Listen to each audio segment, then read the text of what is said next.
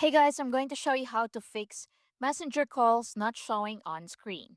If messenger calls are not showing on your screen, like no incoming call pop up, no ringing, or full screen notification, try these. So, first, open Messenger and tap your profile picture. Or if you're on the chat section, click on menu at the bottom right.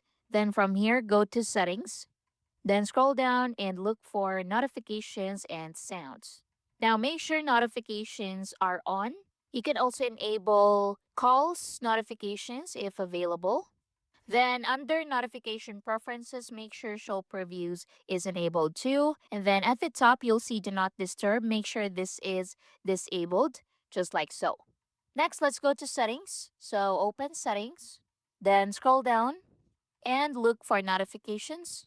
Then scroll down and look for Messenger app. Open it. Then from here, make sure you turn on lock screen, notification center, banners, and also sounds and badges.